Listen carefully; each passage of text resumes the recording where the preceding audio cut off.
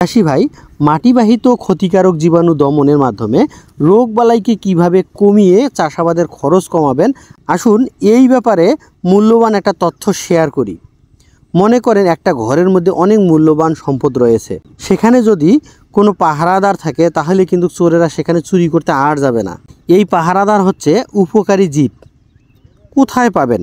তা হচ্ছে ট্রাইকোডার্মা। এটি চাষিদের জন্য অত্যন্ত আশীর্বাদ স্বরূপ। ট্রাইকোডার্মা এক ধরনের উপকারী ছত্রাক, যার নেমাটোড তথা কৃমি, ক্ষতিকারক ছত্রাক এবং ব্যাকটেরিয়া, এই যে অণুজীবগুলো রয়েছে এদের জীবনচক্রে বাধা সৃষ্টি করে। ফলে ক্ষতিকারক কীট এবং রোগের জীবাণুগুলা বিনাশ হয়। ফলে রোগবালাই কম হয় এবং আমাদের চাষাবাদের খরচ কিন্তু অনেকটা কমে যায়। কিভাবে ট্রাইকোডার্মার কার্যকারী ক্রিয়া বাড়াবেন? আপনি আদর্শ পচা গোবর যতটুকু ব্যবহার করবেন তা ছায়ায় ঢালবেন। একর প্রতি 4 কেজি ট্রাইকোডার্মা, সেটা হতে পারে বায়োডার্মা, বায়োলিট, বাম্পার টাইকো, বায়োসেফটি, এগুলোর মধ্যে যে কোনো একটি, কিংবা ভালো কোয়ালিটির হাতের কাছে যেটা পাবেন সেটাও ব্যবহার করতে পারেন।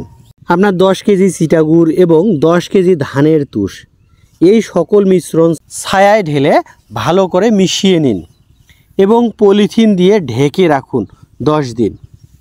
তারপর আপনারা জমিতে ছিটিয়ে চাষমই দিয়ে জমিটাকে রেডি করুন। এই সকল কাজ করার ফলে আপনার জমিতে যে ট্রাইকোডার্মাটা দিচ্ছেন সেটা কিন্তু ঘুমন্ত অবস্থা ভেঙে সক্রিয় এবং অনেক গুণ বৃদ্ধি পাবে।